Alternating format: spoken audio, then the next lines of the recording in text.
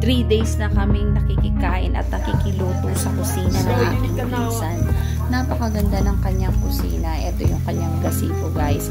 Open area ito. At kapag ihaw kami ng grabe, ang daming lempo. So, yan ay iniihaw ng aking asawa. Nasa midday. Diba? Ang ginagamitan niya yan ng wala siyang inalong seasonings. Walang asin. So, meron lang siyang nilalagay na Tex-Mex yata yung parang mix na galing ng Hawaii, o diba? So, yan naman, iniiwa ang mga iba para sa pansit.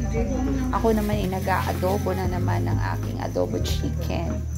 Busy ang lahat sa pag-prepare ng sauce, ng sibuyas, halo-halo yan. May sibuyas, may garlic.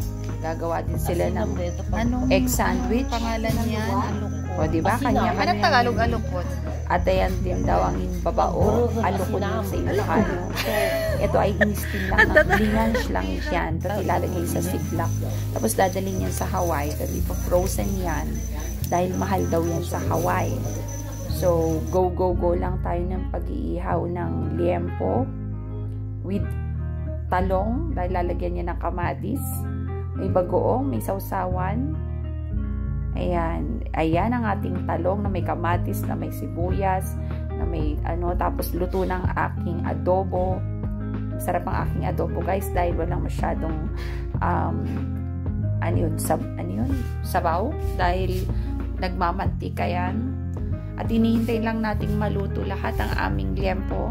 Ayan ang gazebo, guys, ng pinsan ko. At ayan ang kanyang kusina. Ang sarap kayang magluto. So, ayan.